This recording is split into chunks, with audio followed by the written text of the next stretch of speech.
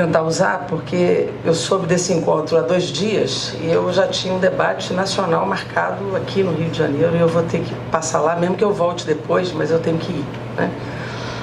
Mas eu quero agradecer a Fundação Frederic Ebert, a Novos Paradigmas e, sinceramente, eu acho que a aceitação de vir imediatamente aqui não é só pelo respeito que eu tenho pelo Tarso e pelas pessoas que constroem essa possibilidade e os parceiros da América Latina, mas para aprender. Eu acho que é um momento de muita troca e de muito aprendizado. Acho que aqui alguém que afirme verdades aqui está fora do nosso tempo. Eu acho que é um momento da gente, na verdade, trazer preocupações e, ao mesmo tempo, ouvir muito para construir algo que não pode ser uma importação de modelo, né? Porque esse país é um país continental de profundas desigualdades, de profundas diferenças de informação, de conhecimento, de organização, diferenças institucionais. Então não cabe importação de modelo, cabe ouvir as experiências e ver como aqui a gente reconstrói uma possibilidade de atuação que de fato toque os desejos, reestimule sonhos e possibilite uma organicidade de trabalho e de atuação. De fato, como disse o Tarso, a delicadeza da realidade da conjuntura atual ela é muito potente. A delicadeza é grande porque nós temos retrocedido nos parâmetros democráticos, né, na afirmação da nacionalidade, na agenda econômica, na agenda política e na garantia de direitos. O nosso momento, de fato, é de profundo retrocesso. E nós, eu diria sinceramente, cumprimentando meus colegas de parlamento, ali o Henrique e o Adi, que não tem como prever no curto prazo. Eu trago isso aqui com muita convicção. Nosso momento é de grande imprevisibilidade, inclusive no curto prazo, historicamente falando. Nós não sabemos o que será o mês que vem. Não sabemos. A cada momento aqui nós temos uma novidade, nem o dia seguinte, né, Rovai? Quanto mais o mês que vem. Então, a cada momento aqui nós temos mudanças, diferenças, grandes contradições no campo das elites brasileiras e das forças que hoje conduzem esse governo. Nós acabamos de sair de uma ruptura constitucional, né, e agora estamos vivendo um governo que se constitui e que se constitui sem qualidade, né, um governo que se compõe de pessoas que não têm lastro ideológico, político, de baixo nível, vamos dizer assim, e que não consegue sequer ideologicamente se firmar. Né? Virou um conluio de interesses privados, um conluio muito mal construído e que tem levado o país a uma situação cada vez mais difícil. E se utilizando de instrumentos repressivos e de criminalização da política e de ruptura cada vez maior do Estado Democrático de Direito. E por isso a nossa imprevisibilidade, o que me leva a dizer que hoje não é possível qualquer frente política, qualquer que seja a sua composição, sem ter no centro programático a defesa da democracia brasileira. Esse, para mim, é o grande guarda-chuva, é o grande parâmetro que, para mim, hoje define a possibilidade de unificação de forças avançadas, é ter no centro do seu programa e da sua defesa a questão democrática. Acho que esse para mim, é hoje uma bandeira central. Nós já passamos por muitos períodos aqui de estados nacionalistas e sem democracia, estados autoritários absolutamente revestidos de uma postura do não diálogo e de repressão. Passamos por um momento em que a agenda neoliberal nos impactou de forma consistente, com desestruturação do Estado brasileiro. Avançamos para um momento em que as forças políticas e de esquerda, numa grande articulação nacional de composição de alianças, de, como diz o Tarso, um ciclo finito, que já acabou. Nós passamos por um processo de predominância de direitos sobre privilégios e uma rearticulação no campo internacional, uma política internacional bastante diferenciada do que tínhamos até o início dos anos 2000, né, onde nós saímos de uma linha de submissão às grandes potências e nos articulamos por outros caminhos, né, inclusive ajudando o país da América Latina e contribuindo com as forças progressistas que foram ganhando espaço na América Latina para a criação de organismos internacionais que nos unificavam nesse confronto geopolítico, né? Na CEPLAC, Unasul, Mercosul, BRICS e tantas outras possibilidades construídas a partir, inclusive, do G20 lá atrás, né? Mas, de fato, aqui no Brasil nós não conseguimos enfrentar mudanças estruturais. Esse é o limite, de fato, que no momento que nós tínhamos força para enfrentar determinadas mudanças estruturais, nós não o fizemos. São limitações, são erros que têm relação com a correlação de forças, mas também tem relação com uma visão de Estado, com uma visão de luta de classes no Brasil.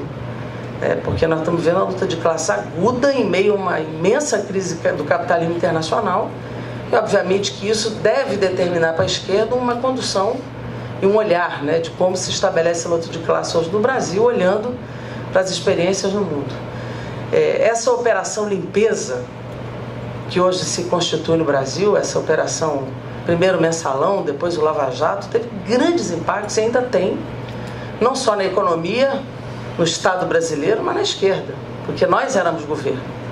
E obviamente que estivemos no alvo, e aí não pelos nossos erros, eles não queriam mudanças estruturais, mas pelos nossos acertos, né? Mesmo que limitados, foram acertos, e houve uma mudança de visão geopolítica mundial. Então nós estamos sofrendo hoje algo muito grave, e o resultado das eleições municipais no Brasil mostraram o pensamento médio da sociedade como ele está existindo hoje. Esse é o pensamento médio, a derrota, primeiro, da política, de uma profunda criminalização da política, foi uma derrota, em primeiro lugar, da política, né? Segundo, uma derrota bastante grande da esquerda brasileira, né? E terceiro, sim, demonstrou a nossa incapacidade hoje de chegar às grandes camadas do povo trabalhador, da classe operária, inclusive. Então, e as alternativas que surgem como forças novas também não conseguiram representar alternativas programáticas ou mesmo nacionais a esse processo. As forças novas à esquerda, que eu digo, né?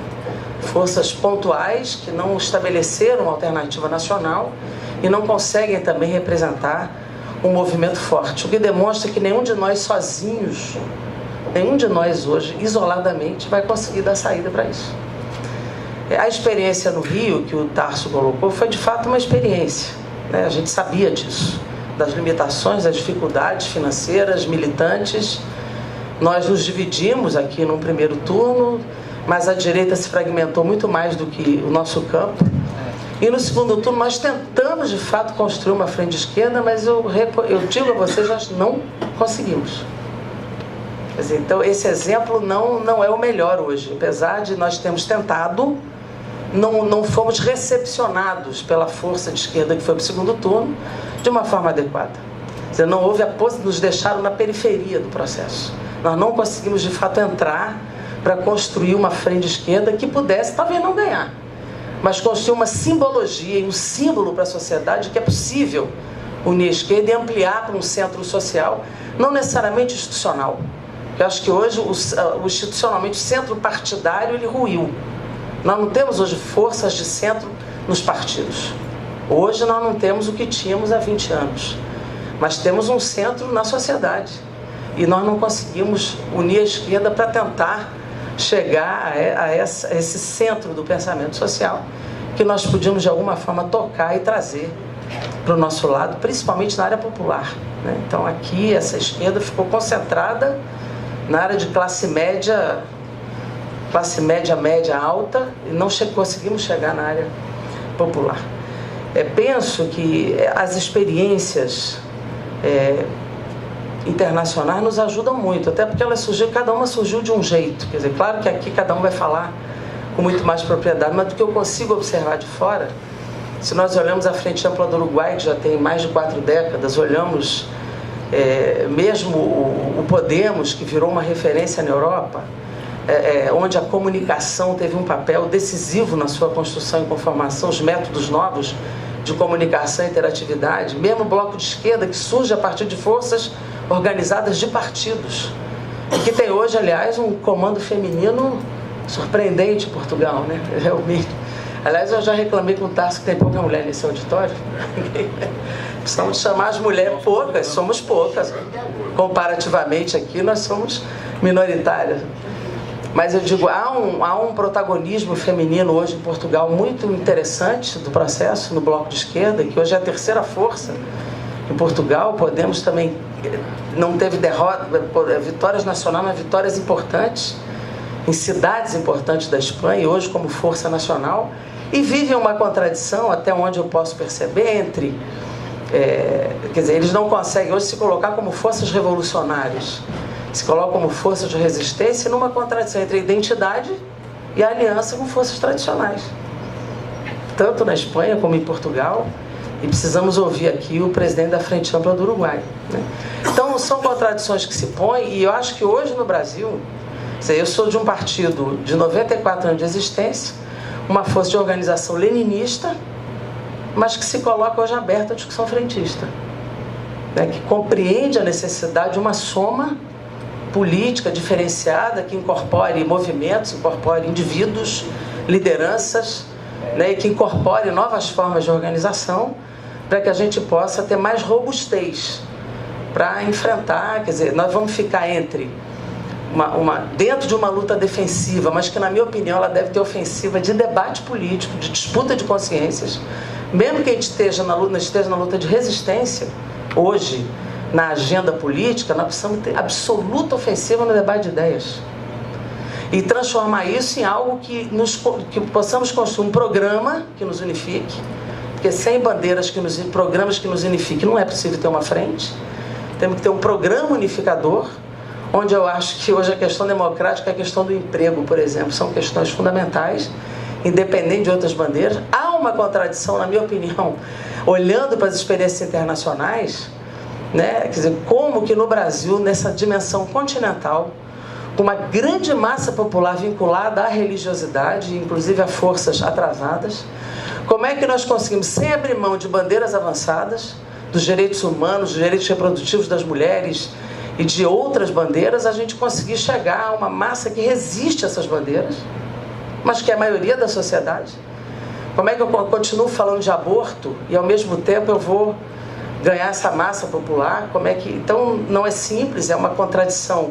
Vamos ter que ver como, sem abandonar essas bandeiras, a gente alcança essa massa grande de povo que vota num bispo da Igreja Universal no Rio de Janeiro, né, que ganha eleição na cidade do Rio de Janeiro, uma coisa inacreditável, imprevisível, inesperada, mas ganhou. Então isso mostra como a grande mídia contamina o pensamento popular e, portanto, é uma bandeira de regulação importante para a esquerda e para qualquer frente. É a regulação dos meios de comunicação, que nós no governo não conseguimos enfrentar, não tivemos essa ousadia de enfrentar, né? E como que a gente se ganha organicidade com pensamentos de esquerda tão diferenciados, mas que nos possibilitem um programa único e uma forma de organização que nos permita, de fato, uma aderência, ao mesmo tempo que a gente seja crível, que seja um programa crível para a sociedade, que ela não nos enxergue como pessoas fora da realidade, mesmo com bandeiras avançadas. Ou seja, nós temos que ser críveis, nós estamos num momento de resistência, de defensiva, e quanto mais ampla for essa articulação, mais robustos seremos. E para sermos muito amplos, temos que ter equilíbrio na formatação desse programa, senão a gente fala só para nós mesmos. Então, são dificuldades que eu enxergo na conformação da esquerda brasileira, nas suas diversas organizações, na relação com os movimentos sociais, como diz o Thomas. Eu acho fundamental que esses movimentos que se organizam e que são novos, inclusive, nós possamos ter pontes sólidas com essas movimentações e com essas lideranças. E tem movimento de todo tipo acontecendo no Brasil, o que é uma riqueza incrível. É muito rico o que está acontecendo no Brasil. Esse movimento contra o golpe no Brasil demonstrou muita criatividade, formas novas de falar, de se organizar, pela cultura, pela comunicação chamada alternativa, pelas formas de conduzir. E acho que essa questão da comunicação, para nós, ela deve ser uma preocupação estratégica. Na minha opinião, a esquerda desprezou o papel estratégico da comunicação. Desprezou. Então, nós precisamos incorporar isso como algo que nos possibilite, de fato, disputar a opinião pública de verdade, né? Então, eu estou trazendo mais preocupações do que soluções, mas dizendo o seguinte: eu acho que nós precisamos estar abertos à possibilidade de uma formação frentista, não podemos importar modelos, somos um país com grandes diferenças de tamanho, de formação cultural, econômica, religiosa e de formação de esquerda. Nós temos que enfrentar a construção de um programa que nos unifique, uma construção de um programa que seja crível para esses blocos de sociedade que são bastante diferentes na sua formação e na sua compreensão. Precisamos incorporar a comunicação como algo estratégico e precisamos compreender, na minha opinião, que a questão democrática, a questão do emprego são bandeiras que, na minha opinião, hoje não podem ser, vamos dizer assim, depreciadas como se fosse uma macro questão que é indiferente para as forças de esquerda. Não estamos no momento de um programa revolucionário, estamos no momento de resistência, mas precisamos ter um programa avançado, que possa e que possibilite tocar o coração e a consciência das pessoas, mesmo que não imediatamente um grande bloco, mas que a gente vá, possibilite essa construção de uma forma sólida. Não é eleitoral o problema, é também, mas não é uma construção eleitoral só para 2018. É uma discussão estratégica mesmo, de onde nós queremos chegar, que Brasil nós queremos, que esquerda é possível de se construir, qual é o nosso público-alvo no primeiro momento, como ampliar esse processo, não na aliança atual, porque essa hoje é impossível, mas que conformação de aliança com esse centro da sociedade, com o setor produtivo da sociedade, como é que a gente inclui esses setores com uma frente que seja nucleada pela esquerda, mas que tenha a capacidade de ampliar para ter robustez e atingir a maioria do povo brasileiro. É uma geopolítica difícil, eu fico olhando. Outro dia eu li um texto do Galeano, onde ele termina dizendo assim, olhando a partir da América Latina, e ele diz: se nos olham de cima e de fora, não nos conhecem. Precisamos olhar por dentro e por baixo, para que a gente consiga enxergar a diversidade da América Latina e, no nosso caso, a diversidade brasileira, que é imensa, para que a gente consiga fazer essa construção. Eu gostaria de ficar aqui o dia inteiro, porque eu precisava ouvir, aprender. Se eu conseguir, se eu vou e volto, né? Eu vou para esse debate e volto para cá, porque eu acho que hoje a escuta, o aprendizado, o sentimento, a solidariedade e a nossa capacidade de reconhecer as nossas dificuldades é a que pode nos impulsionar para um momento de maior intensidade, de maior acerto e de condição da gente chegar lá na frente. Então eu quero agradecer o convite, deixar aqui só algumas poucas reflexões, dizer que a experiência do Rio de Janeiro não foi uma experiência tão feliz, porque no segundo turno nós não conseguimos construir essa unidade, não por dificuldade nossa, mas por dificuldade central do partido, que foi o segundo turno, que não conseguiu nos incorporar, acho que por medo de incorporar o PCdoB e o PT pelo momento político que a gente vive. Acho que o raciocínio é que nós contaminávamos negativamente a possibilidade de eleição. Acho que a aliança se conduziu por um outro lado, por uma outra articulação, e nós perdemos a possibilidade, neste momento, de criar esta simbologia de uma unidade de esquerda ampliando para outros campos. Mas tudo bem, é só uma eleição municipal.